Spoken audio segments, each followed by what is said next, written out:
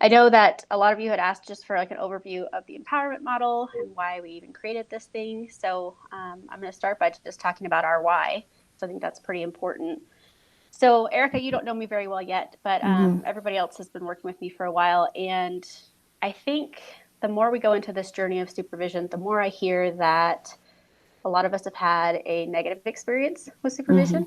Yeah. And that is true for me as well. And so Mm. in graduate school, I had a really, really negative experience where I didn't feel safe in supervision and Mm. was told I was too composed and that they wanted me to cry. Interesting. Hmm.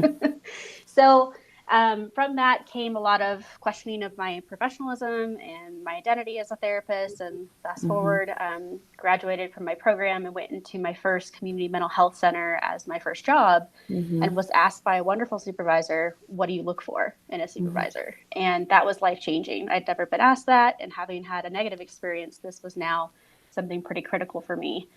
And so Christina was that supervisor who's the co-author and co-founder of this model. And so Mm. we came back together after I was promoted to a supervisor myself, accelerated through community mental health, and went into private practice. And now here we are, having created a book and a model and a training all Wow. around how to hopefully change the narrative of what supervision could look like. Hmm. Um, the training was launched last October, and so I'm going to give you guys an overview of what the training looks like, as well as kind of why people are interested in the training right now. And for Christina, the word empowerment kept showing up when she was describing how she did things. She's been doing Mm. supervision for 20 years. She still works with a $10 million community mental health agency. Wow. And so when she promoted me to that role, it was like, how do we create a model that's more empowering, more supportive, and definitely stays within the roles and ethics of supervision? Hmm. So at one point, I had a 15 team therapy team, 15-person therapy team of green clinicians, and started implementing the model, and we put it on paper and said, let's see if this works. So Mm. the empowerment model, that's where it came from. Community mental health is where a lot of us get our start, especially here in Colorado. Yeah. I personally think that we learned so much more in starting in community mental health, and I know a lot of the Yeah. folks on this call have had that experience. Hmm. And so even though the book kind of focuses on community mental health, we do find it's applicable to private practice. I mean, if you can do community mental health crazy, you can do anything, Hmm. or so I believe. So when people ask, like, is this training relevant for me? I think so if you're in private practice. It's just that we really focus on the complexities and politics of community mental health and supervision. So with that being said, strengths, community mental health is, a lot of us were promoted naturally if we stayed around and worked these really high caseloads with a lot of diverse clients. And one of my favorite parts of this model is just looking at critical incidences and different things that might happen in your role as a supervisor. So giving people a framework to say, let's talk about this now so you feel more prepared for it if it should show up. I personally enjoyed writing 33 crazy events that have happened in community mental health under my supervision or that of others. And so that's a really big part of the book. And I know Sarah and I, we talked about how we can use that for supervision with supervisees who are new in the field or want to staff possible cases that way. So why this model is showing up is we also recognize there's not a lot of support for supervisors. I mean, this is why I think, Kathy, you created this group, because people need to still feel supported in this role as well as that of a therapist. So we've seen this book and the model really show up for people who are like, I just want to make sure I'm on track, or if I'm pursuing that ACS credential, which is the approved clinical supervisor credential, that they have something ongoing that they can work with. We consider this training to be secondary to like Ryan Kennedy at Noeticus's training, because that's kind of the foundational supervision structure. And then this is more about how you show up as a person and how to really cultivate that in that Hmm. relationship. So currently we fit the ACS credential in 4 of the 9 categories when it comes to the training, and we do have NVCC approval for the single program, which is the empowerment model. So people are getting credit for that if they take the training. So I'm going to talk about what the model actually looks like, but here are some of the training objectives for the people who are actually engaging in the face-to-face training when we had it, and now we have a webinar launching that's going to be replacing that for those that need to work from home. So just looking at ethical dilemmas, I think that's a huge part of building your confidence as a supervisor, looking at the different roles, which is really what this model is all about, enhancing those skills and really embodying that as a person in your practice or organization. And then, of course, evaluating this as a modern approach, like why does this need to show up? And so with that, we're going to go into the model. Any questions before I go there? I can't see you guys, but interrupt me if you need to. Okay. So for those of you who've looked at supervision trainings or even the ACS credential, which is really getting more popular in Colorado, you're noticing, or you may have noticed, that it's a stair-step model. So on the left side of your screen is what it would have looked like in 2005, which is actually the book they have us reading for the ACS credential. So for a lot of you, you can already recognize how much has changed since 2005 and how that might not actually be applicable any longer. So something to emphasize for the old model, this is just a visual of it, but it would actually have you think about going up a hierarchy, that you would start in a teacher role and then eventually advance to counselor, consultant, researcher, and that it's not necessarily fluid. It's really just going one at a time. As you notice on our bright, colorful model of the empowerment model here on the right-hand side, one, it's pretty because I'm biased, but two, it's showing it's fluid, right? You can move circular between any of the roles. And I think that is very true to probably how you guys are doing supervision already, that you're showing up authentically and you're showing up in a way that helps the supervisee, depending on what they want to staff or what's coming up for them. One distinction, and this is from that why, where I started with horrible supervision, you'll notice the main difference between the models is we do not have counselor as one of the 5 roles represented in the model. Mm-hmm. And that's intentional. That's my soapbox. That's recognition that we can be compassionate and empathetic without being their counselor, that we don't have to blur those boundaries and all of a sudden be reacting to a supervisee as if they were a client.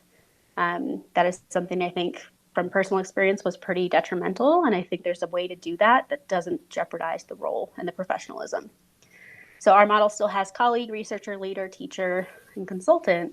And you'll notice that self is in the middle. And that really represents who you are as a person, your lived experience, what you came into the field with, what was your calling, why were you brought into a supervision role or a therapist role to begin with. So we recognize the essence of you is there always, and then you're moving fluidly between these roles as you see them here. Questions about that?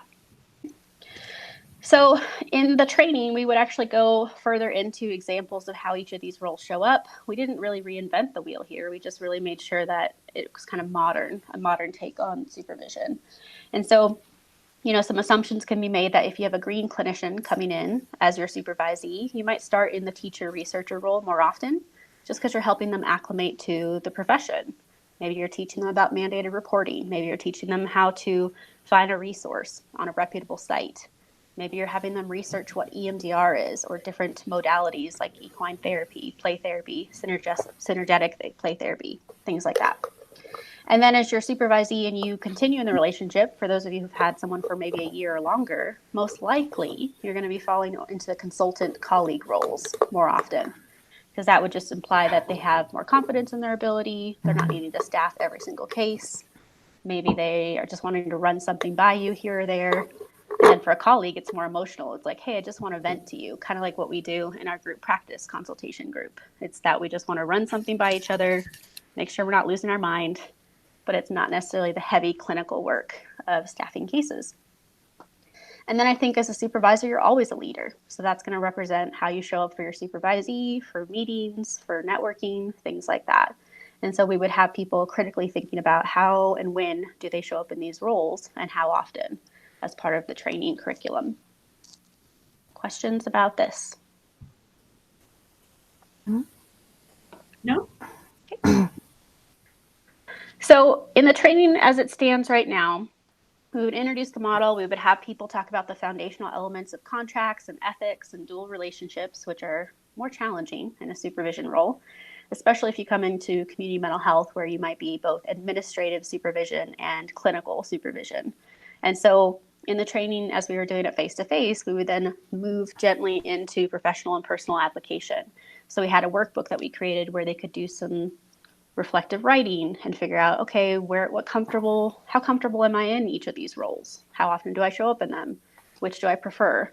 As a supervisee, which most of us have had that experience at one point or another, what did we like and dislike? How does that shape us as supervisors today? So we really took, that time to then say, do some critical thinking, do some reflection, And a lot of people liked the workbook because they could take it with them and then, refer back to it. So that was something of the training that we got good feedback on. As I already alluded to, my personal favorite part of the training is looking at some of those vignettes from the book. Now there's 33 of them total within the book, but we look at 3 of them. And we start with kind of a benign example, and then we go towards one that usually gets an emotional reaction out of the supervisors, which is pretty fun for us to say, what's coming up for you as a professional, as a person, and gives people that chance to really apply the roles. How do you show up as a leader for this particular critical incident? How do you show up as a researcher, a teacher in those roles of supervision?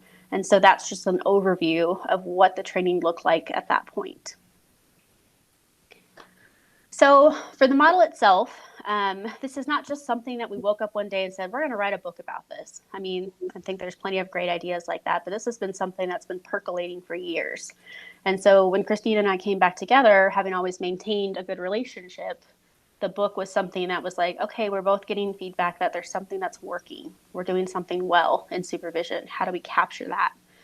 So we took that a step further, and we used that big nonprofit organization that does mental health services and use them as the guinea pig to test out this model.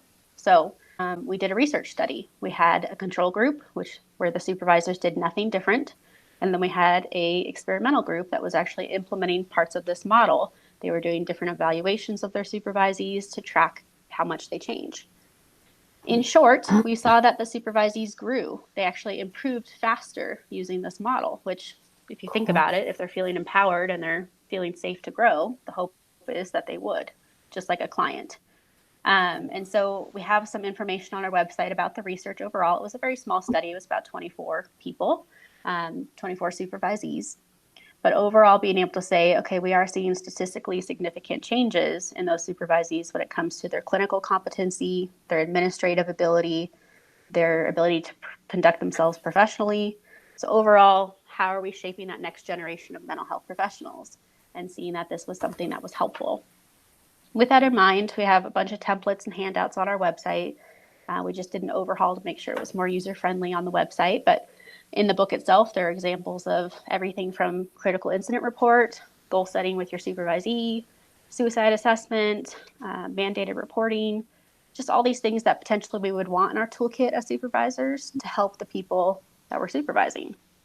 So templates and handouts are available on our website for that purpose. So people can download them, customize them, use them as needed. Of course, we're not legal representatives, so we're not going to say, hey, use this contract without changes. Like, we want people to see it as an example, and that's it. So by all means, use your legal representatives for that if there's something else you need. The book itself is really kind of the brainchild. That's where we started before we did the training. So the book is much more robust in the overview of how supervision has changed over the years.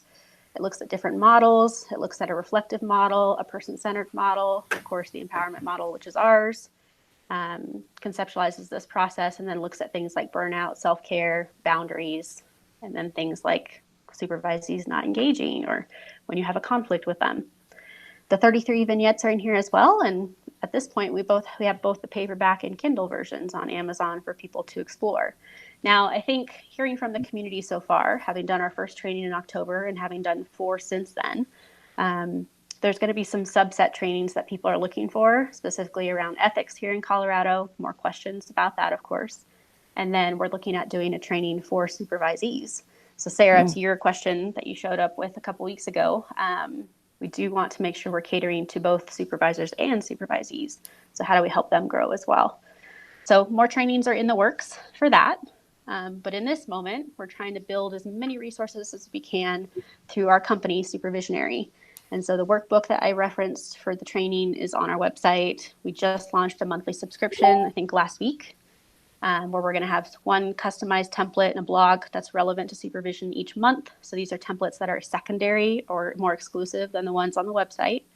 And then we're going to launch our empowerment model webinar on Monday, this upcoming Monday, the 18th. So different things to meet the needs of the fact that we're all working from home or not in a training setting together. Just some contact info on us before I quit the screen share, but I would love to open it up for questions on what you have about this, how this can be supportive to what you guys do as supervisors, and just recognizing that so far all of our supervisors have just felt really supported by this model.